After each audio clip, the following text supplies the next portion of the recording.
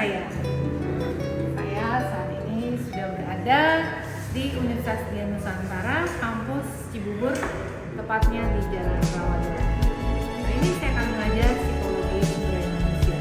Yuk ikutin kegiatan saya pada pagi hari.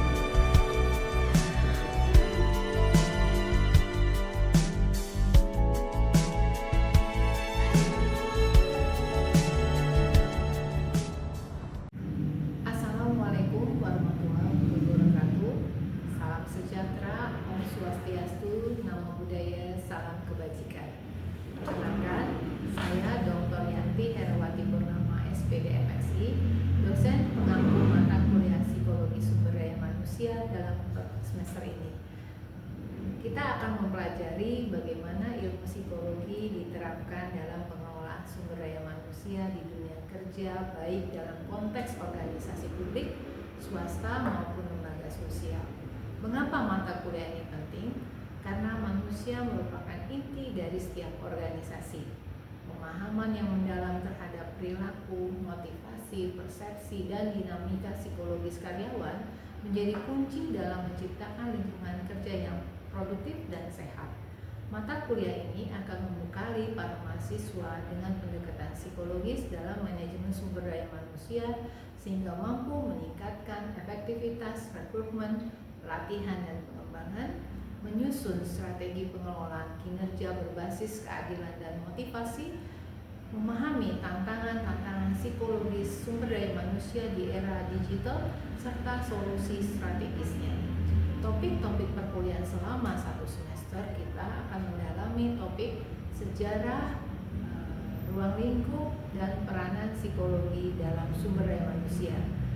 Yang kedua, fungsi-fungsi manajemen sumber daya manusia dalam perspektif psikologi. Yang ketiga, dinamika perkembangan manusia dan kompetensi di era modern. Yang keempat, peran psikologi dalam penyusunan analisa jabatan dan pengembangan sumber daya manusia. Yang kelima, konsep human capital responsif. Yang keenam, perspektif keadilan dalam organisasi. Yang ketujuh, pendekatan psikologi positif di tempat kerja. Lalu pada pertemuan ke-8 kami melakukan ujian tengah semester. Lalu kami kembali melakukan perkuliahan seperti biasa dengan topik pembahasan yang ke-9, sikap, frustasi, dan konflik. Yang ke-10, pemberdayaan individu dalam organisasi.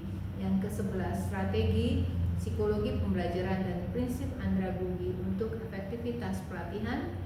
Yang ke-12, meningkatkan objektivitas dan motivasi karyawan melalui psikologis. Yang ke-13, pengaruh sistem kompensasi terhadap kepuasan dan motivasi. 14, dukungan organisasi terhadap kesiapan psikologis menjelang pensiun. Lalu yang ke-15, kami melakukan review materi. Lalu terakhirnya kami melakukan ujian akhir semester. Pendekatan dan metode pembelajaran perkuliahan ini akan dilaksanakan dengan metode blended learning, yaitu kombinasi tatap muka langsung di kelas dan diskusi daring melalui platform kuliahonline.undira.ac.id. Aktivitas pembelajaran akan meliputi ceramah interaktif, diskusi kasus, tugas kelompok, simulasi, role-play, serta quiz formatif. Komposisi penilaian akhir semester, akhir mata kuliah terdiri dari yang pertama, ujian akhir semester atau UAS sebesar 40%, ujian tengah semester atau UTS sebesar 30%, tugas individu atau kelompok 20%, lalu kuis atau partisipasi diskusi online 10%. Berikut ini adalah cuplikan proses pembelajaran saya bersama para mahasiswa yang membahas topik strategi psikologi pembelajaran dan prinsip andragogi untuk efektivitas pelatihan. Adapun tujuan pembelajaran ini antara lain, mahasiswa mampu menganalisis teori psikologi pembelajaran dalam pelatihan kerja, mengidentifikasikan gaya belajar individu, merancang program pelatihan SDM berbasis psikologi pembelajaran, serta mengevaluasi efektivitas pelatihan menggunakan pendekatan psikologis untuk meningkatkan hasil pembelajaran dan pengembangan kompetensi di lingkungan kerja. Selamat menyaksikan. Selamat pagi. pagi para mahasiswa. Pagi. Assalamualaikum warahmatullahi wabarakatuh. Waalaikumsalam warahmatullahi wabarakatuh. Salam sejahtera, Om Swastiastu, Namo Buddhaya, salam kebajikan, Rahayu, salam Pancasila. Salam. Oke, harus bilang salam Pancasila dong. Salam Pancasila. Salam Pancasila. Oke, sebelum kita mulai, marilah kita berdoa menurut keyakinan masing-masing. Berdoa dimulai.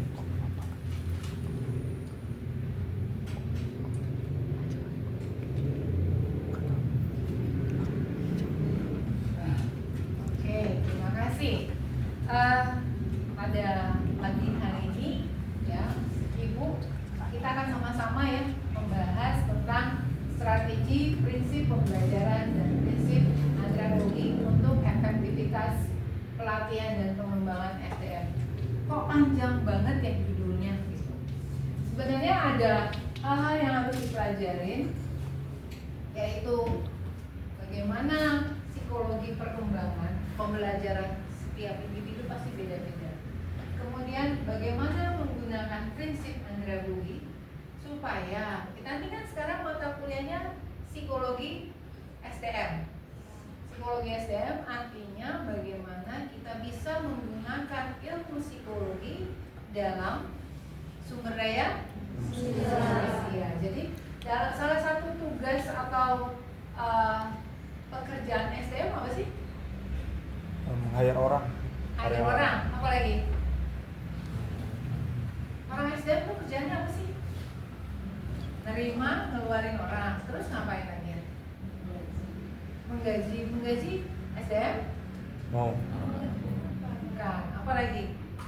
Orang SDM? Berdasarkan judul?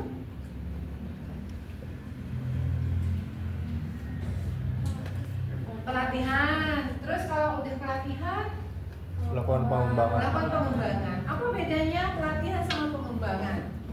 Iya. Apa bedanya pelatihan dan pengembangan?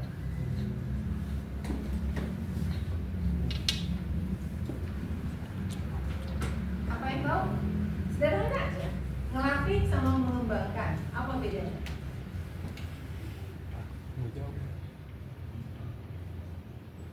Kalau melatih itu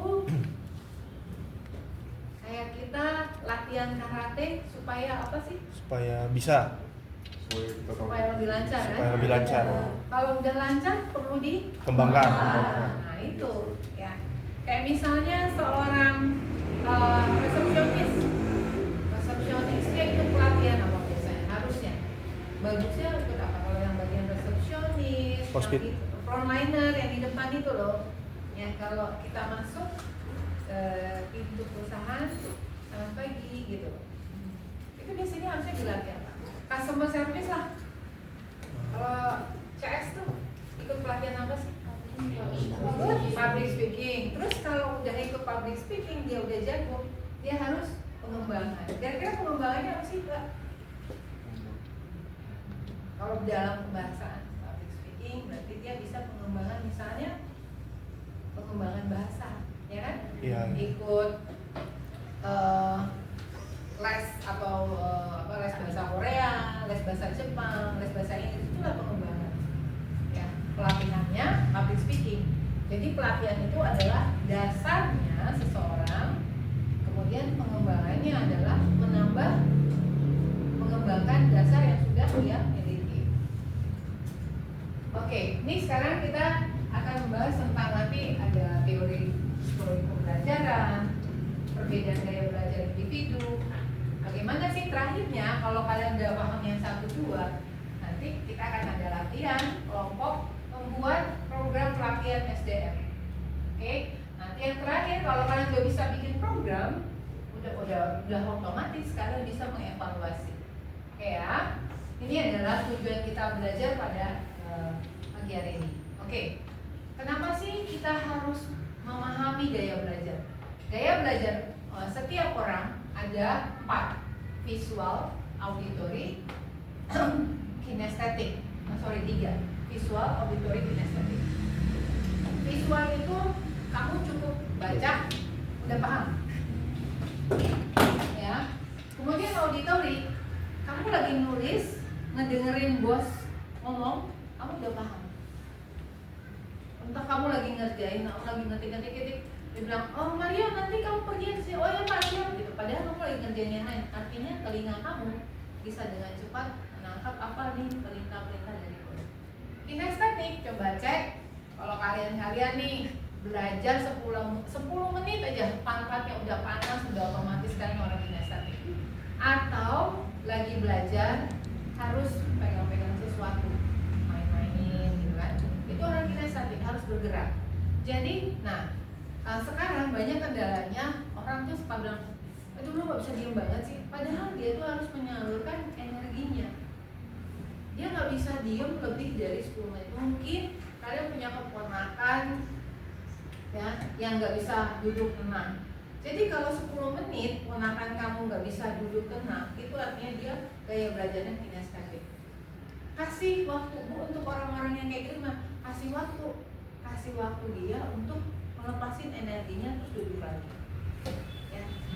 Oke, bisa nggak kombinasi? Boleh. Ada yang orangnya visual terus harus bergerak.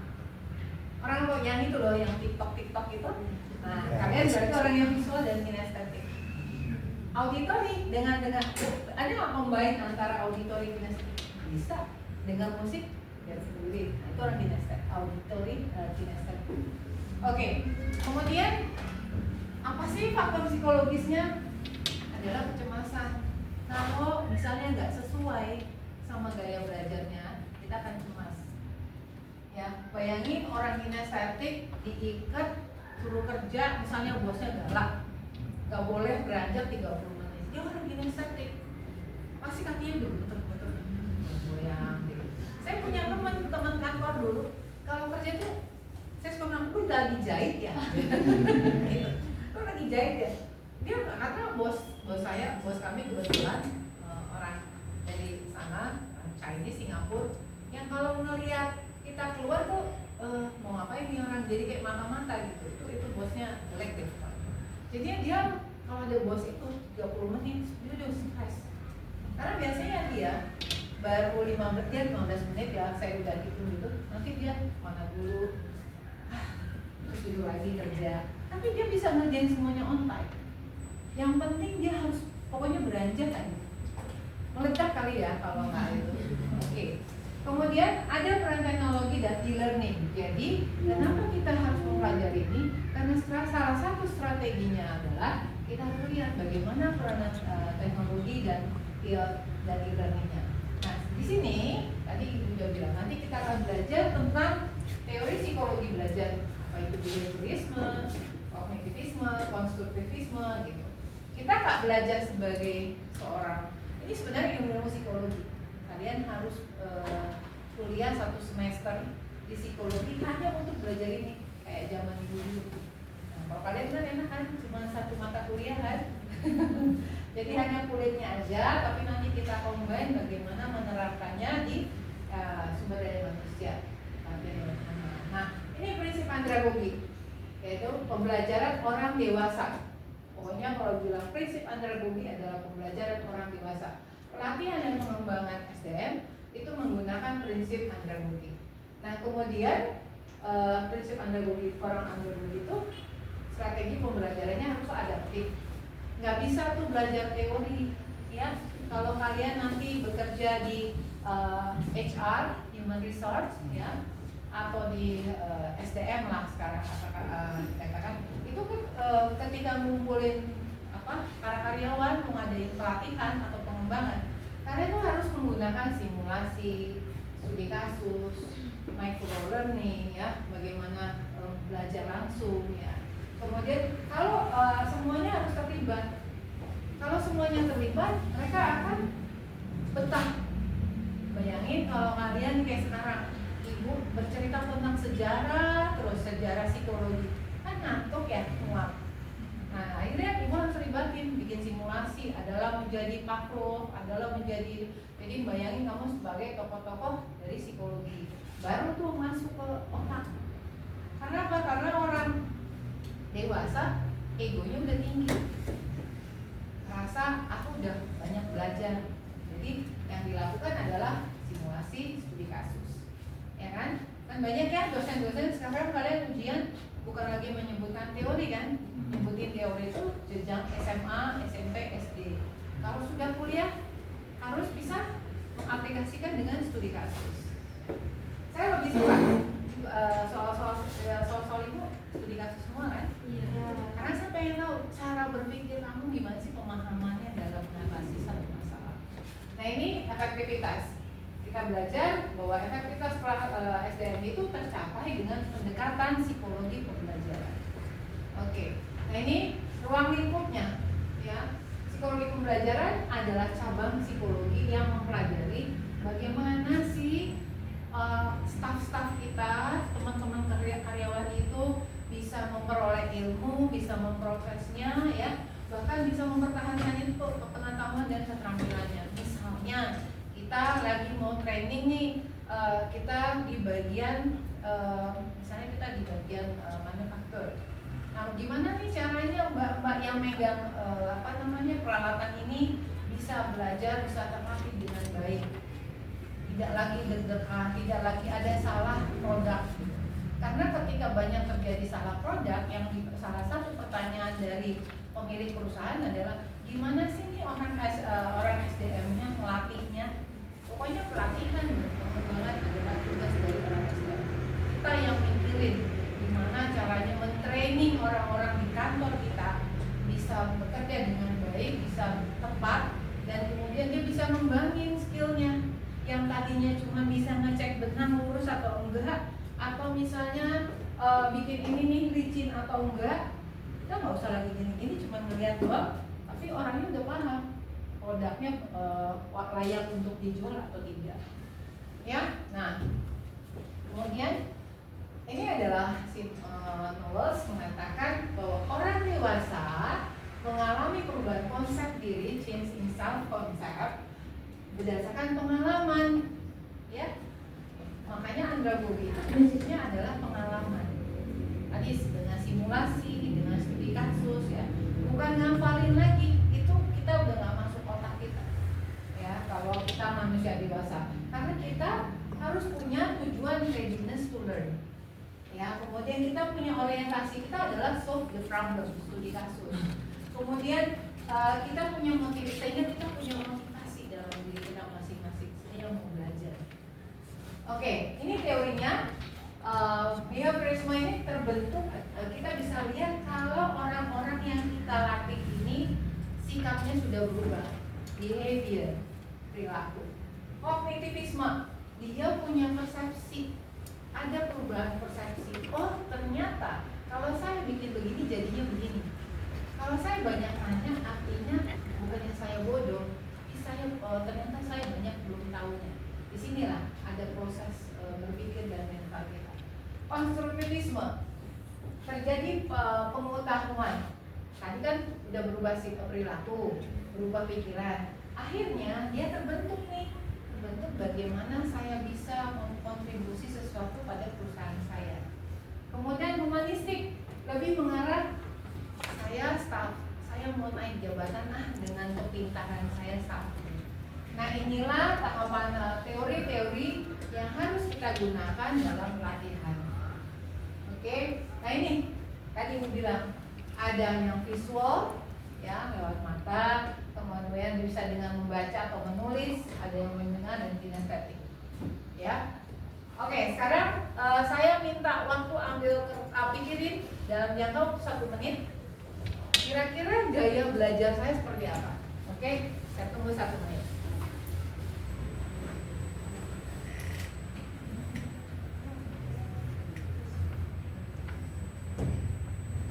Oke, kalau berdasarkan ini, mulai dari sisi kiri deh.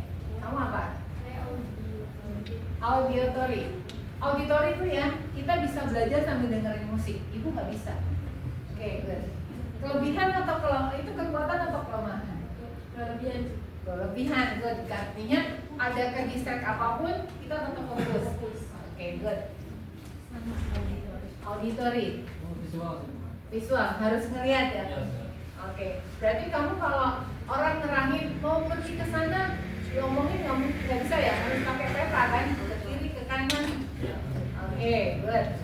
Kasih. Saya juga visual. Visual harus digambarin. Oke.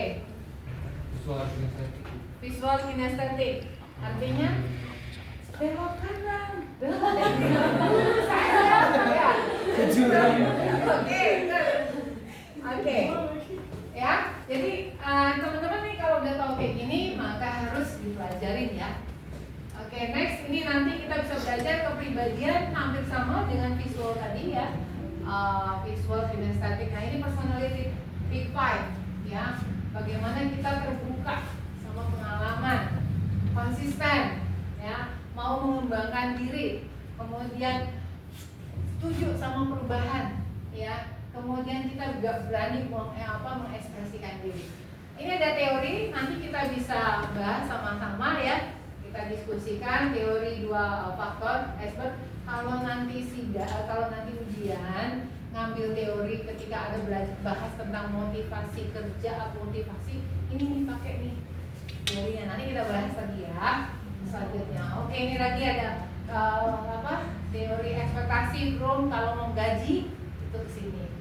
Oke, ini prinsip-prinsipnya nanti kita bisa pelajarin sama-sama. Sekarang strateginya udah tahu ya, tadi ibu udah bahas. Ini contoh-contoh pembelajarannya. Oke, gimana evaluasinya? Tadi udah bilang kalau udah ngerti, bereaksi, belajar perilakunya dan hasilnya dia mau aktualisasi diri. Oke, ini simpulannya bahwa psikologi pembelajaran adalah dasar untuk pengembangan seseorang.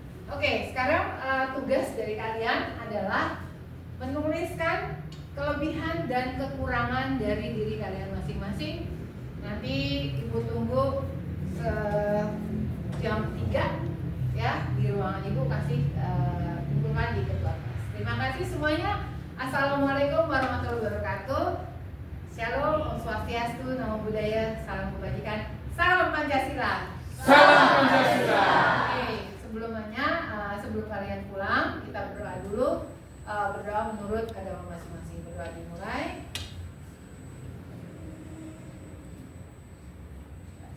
Terima kasih semuanya. Makasih. Baru saja Anda menyaksikan cuplikan proses pembelajaran saya tentang strategi psikologi pembelajaran dan prinsip andragogi untuk efektivitas pelatihan. Pada sesi tersebut, mahasiswa diajak untuk menganalisis gaya belajar individu dan menggunakan prinsip andragogi untuk meningkatkan partisipasi aktif, refleksi pengalaman, serta penerapan teori psikologi pembelajaran sehingga mereka dapat merancang dan mengevaluasi program pelatihan kerja yang efektif melalui paparan materi, tanya jawab, refleksi diri, diskusi kelompok, dan juga diskusi secara kelas. Terakhir, kami melakukan kuis. Saya berharap cuplikan pembelajaran tersebut dapat memberikan gambaran yang nyata mengenai pendekatan yang saya terapkan di kelas, yang bukan hanya pada sekedar teori, tapi juga pada pengembangan kompetensi praktis.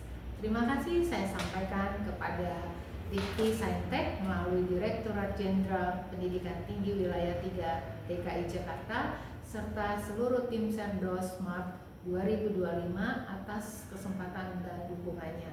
Saya juga mengucapkan terima kasih kepada jajaran pimpinan Undira, kolega, dosen, serta semua mahasiswa yang telah berkontribusi selama pembelajaran ini. Demikian yang saya sampaikan, dan saya harapkan ilmu psikologi manajemen sumber daya manusia di perguruan tinggi Indonesia dapat memperkuat peran universitas dalam membentuk generasi muda adaptif dan berdaya saing. Melalui pemahaman perilaku, motivasi, dan karakter, mahasiswa dapat meningkatkan kompetensi, etos kerja, dan ketahanan mental, mendukung kesiapan profesional yang relevan dengan kebutuhan industri dan bangsa. Dengan pendekatan psikologis, generasi muda dapat membangun kompetensi, etos kerja, dan ketahanan material yang dibutuhkan untuk menghadapi tantangan dunia kerja secara adaptif dan berdaya saing. Terima kasih sekali lagi. Wassalamualaikum warahmatullahi wabarakatuh. Salam.